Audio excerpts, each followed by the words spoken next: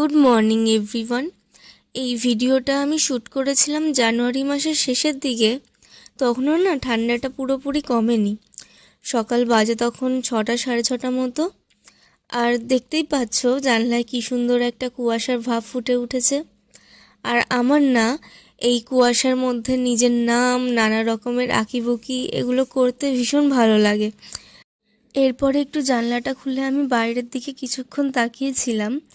আসলে আমরা যেই এরিয়াটায় থাকি এখানে এতটা গ্রিনারি না, যে সকালবেলা নানা রকমের পাখির আওয়াজ, গাছের সবুজ পাতা, এগুলো দেখতে আমার ভীষণ ভালো লাগে।